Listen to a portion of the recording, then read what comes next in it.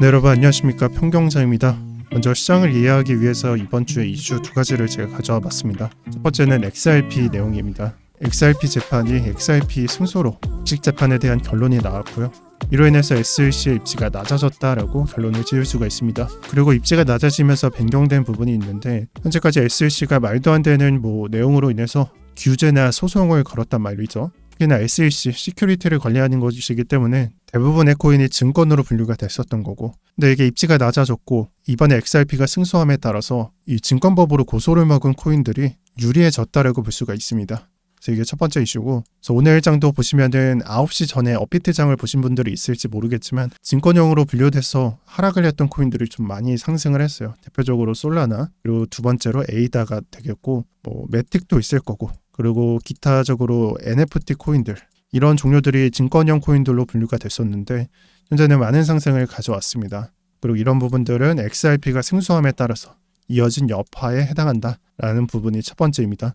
그리고 두 번째 부분은 비트와이즈에서 신청한 ETF가 승인이 되었습니다. 이 승인이 되었다라고 하는 부분은요, 승인을 가기 위한 절차가 통과를 했음을 의미합니다. 그럼 이걸 두고 전체적인 승인이냐 또는 부분적인 승인이냐, 이런 부분들에 대해서 좀 혼란이 있는데, 지금 현재는 부분에 대한 승인입니다.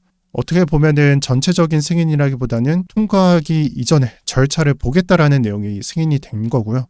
전체적인 승인이 아니지만 그래도 좀 의의를 둘 수 있는 것은, 이런 부분들이 이전까지는 승인하지 않았었고 당연히 통과가 안 되던 부분들이 통과가 되고 있다라는 부분이니까 호재로 작용하고 있다라고 보시면 될 것 같습니다. 그래서 두 가지를 정리를 해봤고요. 이 부분에서 약식 재판의 승소라서 좀 더 봐야 된다느니, 또는 전체 승인이 아닌 부분 승인이기 때문에 좀 더 봐야 된다느니, 이런 부분들은 지금 현재 알 수 없으니까 오늘은 이 정도만 정리해 주시면 될 것 같습니다. 네, 그 다음 비트코인 차트 분석입니다. 제가 차트가 굉장히 중요하다라고 말씀드린 이유는, 오늘 영상 초반에도 말씀드린 이슈들도 지금 차트에 영향을 미치고 있지만, 그냥 제가 봤을 때는 차트 그 자체를 해석하는 게 굉장히 중요하다라고 보고 있기 때문이에요.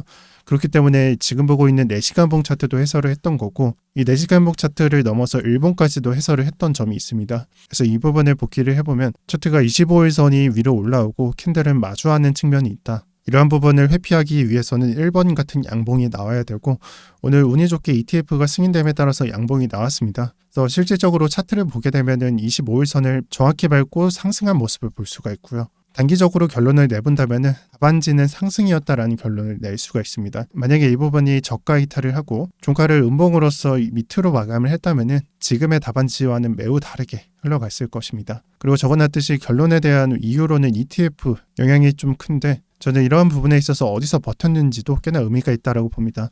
ETF가 승인되고 호재가 나옴에 따라서 상승한 것도 있지만, 그런 이슈가 적용받지 않았음에도 어디서 버텼는지가 중요하다라고 말씀드리는 것과 같습니다. 그래서 그 부분은 25일선의 지지로 이루어졌다라는 부분을 말씀드리고요. 그리고 두 번째로는 거래량을 분석하도록 하겠습니다. 오늘 주제로서는 꽤나 큰 부분을 차지하는데요. 지금 1월 달부터 상승 구조를 보게 되면은 첫 번째 상승과 두 번째 상승, 그리고 최근에 있었던 세 번째 상승을 볼 수가 있습니다. 그리고 지금은 한 네 번째가 진행 중인데, 앞으로 나오는 상승 구도에 따라서 4번이 될지가 결정이 됩니다.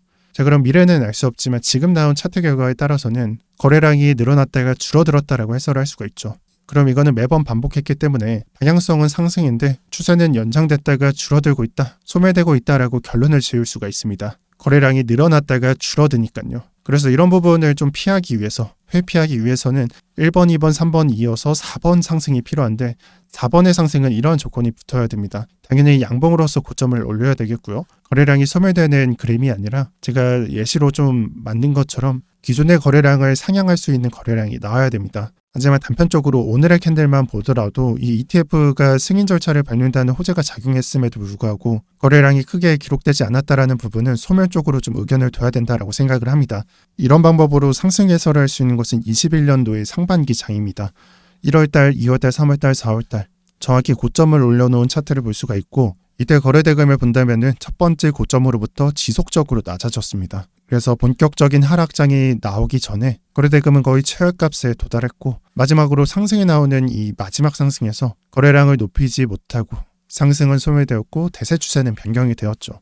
그래서 지금의 그림에 이런 해설을 할 수가 있는 거예요. 상승이라는 그림이 6개월 정도 나왔는데, 현재는 소멸되는 분위기에 있다라고 해설할 수가 있습니다. 그래서 단편적으로 캔들 하나만 보지 마시고 전체적인 그림으로 보시면 좀 이해가 편한데, 결국에는 좀 소중대로 분류를 해보면은 중의 거래대금, 대의 거래대금, 소중 정도의 거래대금으로 분류를 할 수가 있습니다. 그러면은 좀 해설을 할 때는 이런 식으로 해설할 수가 있는 거겠죠. 저는 여기서 끝나지 않고 이에 대한 반론을 좀 준비를 해왔습니다. 그래서 이어지는 반론을 시작을 할 텐데, 지금 현재 사실 팩트만 놓고 보면은 상승 추세에 대한 종료로 해설을 하는 게 맞습니다. 하지만 상승 추세가 종료되더라도 우리가 하락에 너무 몰두하지 않아야 되는 이유는 지금 현재 추세가 본격적인 강세장이 나오는 빨간색 부분, 그 전에 와 있다라는 부분에 있는 거예요. 그래서 시기적으로도 그렇고요.